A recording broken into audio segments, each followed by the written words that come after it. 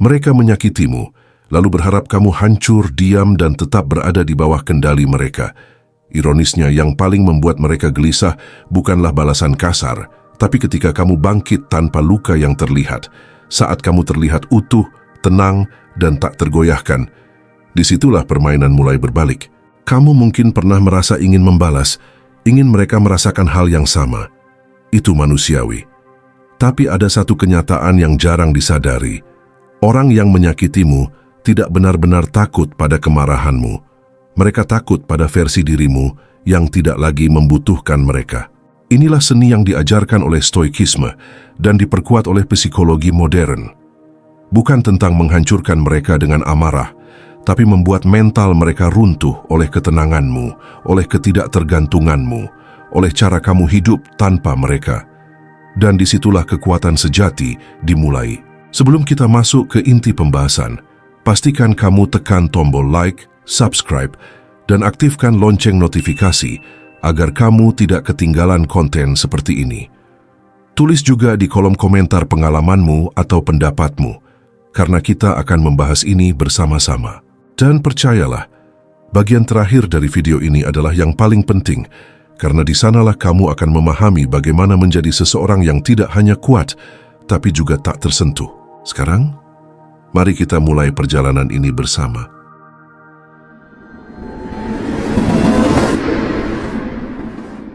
Bagian 1.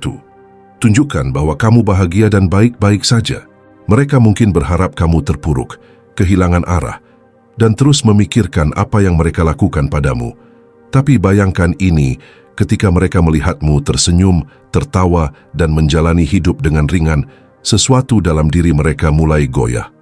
Kebahagiaanmu menjadi tamparan paling sunyi yang pernah mereka rasakan. Kamu tidak perlu berpura-pura bahagia. Yang kamu butuhkan adalah membangun kembali hidupmu secara perlahan, tanpa menggantungkan perasaanmu pada mereka. Karena saat kamu benar-benar baik-baik saja, itu bukan hanya penyembuhan, itu adalah bentuk kekuatan yang tidak bisa mereka kendalikan lagi sepenuhnya. Dalam psikologi, ini disebut sebagai emotional detachment yang sehat. Kamu tidak lagi bereaksi berlebihan terhadap luka yang mereka buat. Dan dalam Stoikisme, ini adalah bentuk penguasaan diri, di mana kebahagiaanmu tidak lagi bergantung pada perilaku orang lain terhadapmu. Mereka terbiasa melihatmu rapuh, mudah tersentuh dan bisa dipengaruhi. Tapi ketika kamu berubah menjadi seseorang yang stabil secara emosional, mereka kehilangan kendali. Dan kehilangan kendali adalah sesuatu yang sangat menakutkan bagi orang yang dulu merasa berkuasa atas dirimu. Kebahagiaanmu bukan sekadar perasaan. Itu adalah pesan. Pesan bahwa kamu tidak lagi hidup dalam bayang-bayang mereka. Pesan bahwa luka itu tidak menghentikan langkahmu. Dan pesan ini, tanpa kata-kata, akan terus mengganggu pikiran mereka. Namun ingat, tujuanmu bukan untuk pamer atau membuat mereka cemburu. Tujuanmu adalah hidup dengan damai. Dan justru dari ketulusan itulah, efeknya menjadi jauh lebih kuat. Karena energi yang tulus selalu terasa lebih nyata dibanding kepura-puraan. Jadi ketika kamu mulai bangkit dan hidupmu terasa ringan kembali, jangan ragu untuk menikmatinya. Karena di saat itulah, tanpa kamu sadari, kamu telah memenangkan sesuatu yang jauh lebih besar dari sekadar balasan. Bagian 2. Jangan berikan reaksimu, biarkan mereka kehilangan arah. Mereka tidak benar-benar menikmati menyakitimu. Mereka menikmati reaksimu. Amarahmu, kesedihanmu, bahkan penjelasanmu. Itu semua memberi mereka rasa kontrol. Tapi saat kamu berhenti merespons, tiba-tiba permainan yang mereka kuasai berubah menjadi sesuatu yang asing dan membingungkan. Diam bukan berarti lemah. Dalam banyak situasi, diam adalah bentuk kendali tertinggi. Kamu tidak lagi memberi mereka bahan untuk menyerang. Tidak ada emosi yang bisa mereka manipulasi. Tidak ada kata yang bisa mereka putar balikkan. Dan disitulah kekuatanmu mulai terasa nyata. Psikologi menyebut ini sebagai withdrawal of reinforcement. Ketika kamu berhenti memberi respons, perilaku negatif mereka perlahan kehilangan kekuatannya. Mereka tidak mendapatkan apa yang mereka cari. Dan tanpa itu, mereka mulai merasa kosong dan tidak relevan. Dalam Stoikisme, ini sejalan dengan prinsip bahwa kamu hanya mengendalikan apa yang ada dalam dirimu. Reaksi adalah pilihan, dan ketika kamu memilih untuk tidak bereaksi, kamu sedang menutup pintu bagi mereka untuk masuk ke dalam pikiran dan emosimu. Awalnya, mereka mungkin akan mencoba lebih keras, memancing, mengganggu, bahkan memprovokasi lebih jauh, tapi itu justru tanda bahwa diam kamu bekerja. Mereka sedang berusaha mendapatkan kembali kontrol yang sudah hilang dari genggaman mereka. Namun diam yang kuat bukan diam yang penuh tekanan. Ini adalah diam yang tenang, yang lahir dari kesadaran bahwa tidak semua hal layak untuk ditanggapi. Kamu memilih damai, bukan karena tidak mampu melawan, tapi karena kamu tahu nilaimu tidak perlu dipertaruhkan. Dan ketika kamu konsisten dalam sikap ini, sesuatu yang menarik terjadi. Mereka mulai berbicara sendiri, menebak-nebak, bahkan meragukan posisi mereka sendiri. Tanpa kamu menyerang, tanpa kamu membalas, mereka runtuh oleh kebisingan yang mereka ciptakan sendiri. Bagian 3. Buat dirimu menjadi versi terbaik dan tak tersentuh. Mereka mungkin merasa sudah mengenalmu, tahu batasmu, tahu kelemahanmu, bahkan tahu bagaimana menjatuhkanmu.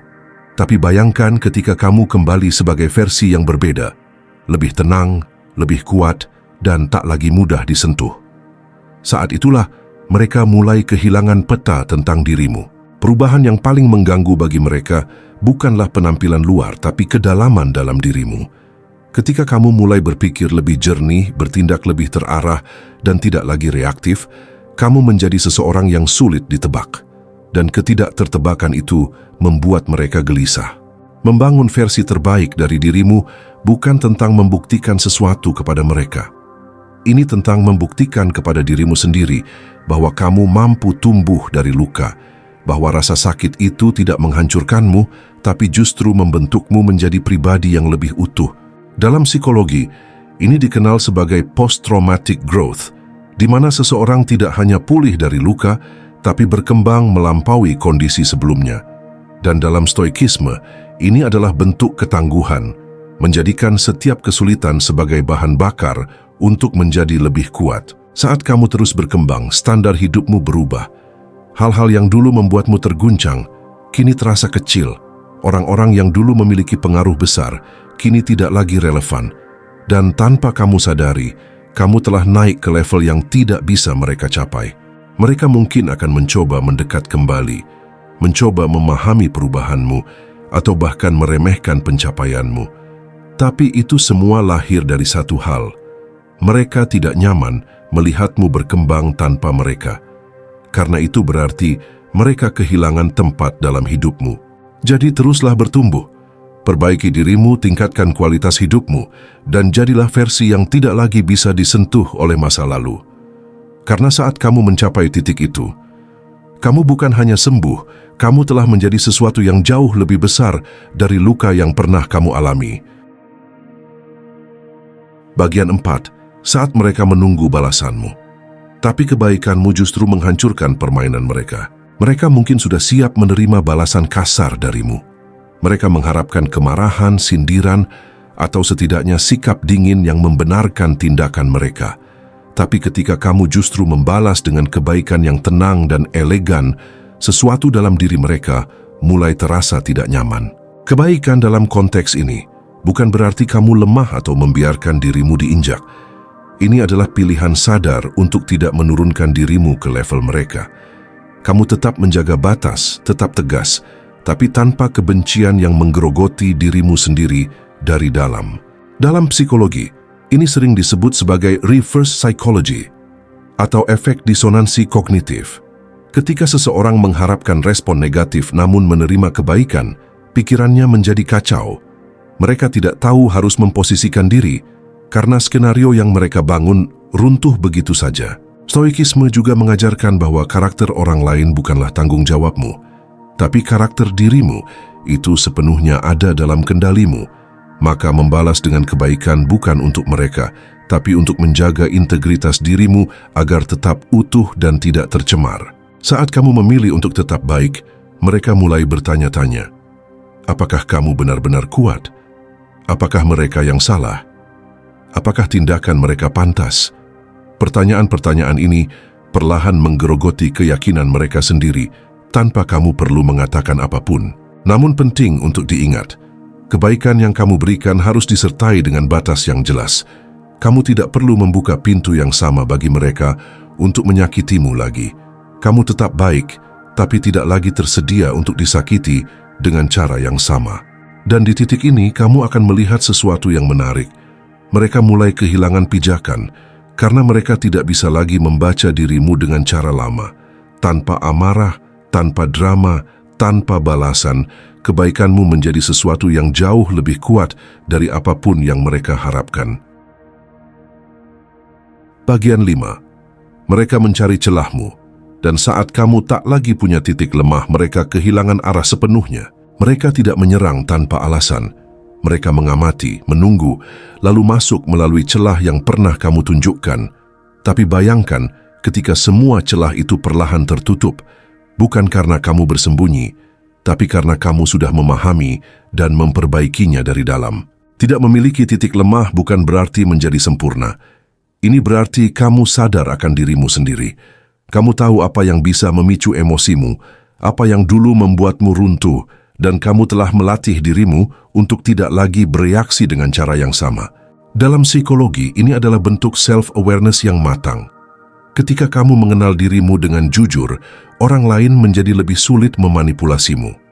Mereka tidak bisa lagi menggunakan pola lama, karena kamu sudah keluar dari pola tersebut dengan kesadaran penuh. Stoikisme menekankan bahwa kekuatan sejati datang dari dalam, bukan dari pengakuan orang lain, bukan dari validasi eksternal, tapi dari kestabilan batin.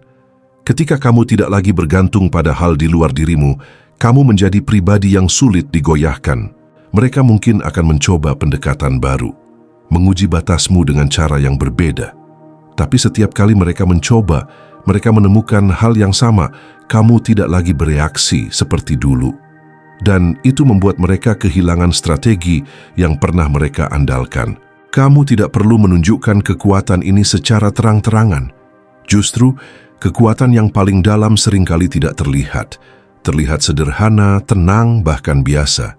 Tapi di balik itu, ada kontrol diri yang kuat dan pemahaman yang tidak mudah ditembus. Dan ketika kamu sampai pada titik ini, mereka mulai kehabisan cara.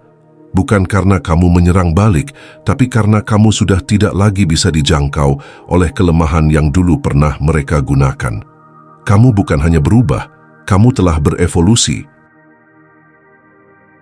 Bagian 6, biarkan topeng mereka terbongkar dengan versi dirimu yang elegan. Biasanya orang manipulatif menggunakan topeng dalam segala tindakannya. Mereka menampilkan wajah yang berbeda di setiap situasi, menyesuaikan diri agar terlihat benar di mata orang lain. Tapi ada satu hal yang sering mereka lupakan. Topeng tidak bisa dipakai selamanya tanpa retak. Mereka bisa terlihat baik di depan banyak orang, seolah tidak pernah melakukan kesalahan. Bahkan terkadang, mereka berhasil membuatmu terlihat sebagai pihak yang bersalah. Tapi ketika kamu tetap tenang dan tidak terpancing, cerita mereka perlahan mulai kehilangan kekuatannya. Kamu tidak perlu membongkar siapa mereka di depan orang lain. Tidak perlu menjelaskan panjang lebar tentang apa yang mereka lakukan. Karena semakin kamu diam dan tetap berkelas, semakin kontras perilaku mereka terlihat dengan sendirinya di mata orang lain. Dalam psikologi sosial, perilaku yang tidak konsisten akan terlihat seiring waktu. Orang mungkin bisa berpura-pura dalam 1 atau 2 momen, tapi tidak dalam jangka panjang. Dan disitulah topeng mulai retak, bukan karena kamu menyerang, tapi karena mereka tidak mampu mempertahankan kepalsuan itu. Stoikisme mengajarkan untuk fokus pada karakter diri, bukan reputasi yang dikendalikan orang lain. Kamu tidak bisa mengatur apa yang mereka katakan tentangmu, tapi kamu bisa memastikan bahwa sikapmu selalu selaras dengan nilai yang kamu pegang. Ketika kamu tetap elegan, tidak reaktif, dan tidak ikut dalam drama, orang-orang mulai memperhatikan, mereka mulai membandingkan, dan tanpa kamu perlu membela diri, persepsi mulai berubah. Kebenaran muncul bukan dari kata-kata, tapi dari konsistensi sikapmu. Mereka mungkin akan mencoba merusak citramu, memutarbalikkan cerita, atau memainkan peran korban. Tapi semakin mereka berusaha, semakin terlihat ketidaksesuaian dalam tindakan mereka. Dan perlahan, kepercayaan terhadap mereka mulai runtuh dari dalam. Di titik ini kamu tidak hanya bebas dari pengaruh mereka, kamu juga menjadi cermin yang memperlihatkan siapa mereka sebenarnya. Tanpa serangan, tanpa balasan, tanpa konflik terbuka, keanggunan sikapmu menjadi alasan mengapa topeng mereka akhirnya jatuh dengan sendirinya. Akhirnya kita sampai pada suatu kesimpulan bahwa kekuatan sejati bukan terletak pada bagaimana kamu membalas, tapi bagaimana kamu mengendalikan dirimu. Mereka mungkin menyakitimu, merendahkanmu, bahkan mencoba menghancurkanmu, tapi semua itu hanya akan berhasil jika kamu kehilangan kendali atas dirimu sendiri. Kedewasaan bukan berarti kamu tidak merasakan sakit. Justru kamu merasakannya, tapi tidak membiarkannya menguasai hidupmu. Kamu memilih untuk tetap tenang, tetap berkembang, dan tetap berjalan tanpa membawa beban yang bukan lagi milikmu. Disitulah jati dirimu terbentuk. Menghadapi orang seperti ini bukan tentang memenangkan pertarungan, tapi tentang menjaga kualitas dirimu. Kamu tidak perlu menjadi keras untuk terlihat kuat. Kamu hanya perlu konsisten, sadar, dan tidak lagi mudah digoyahkan oleh hal-hal yang dulu pernah menjatuhkanmu.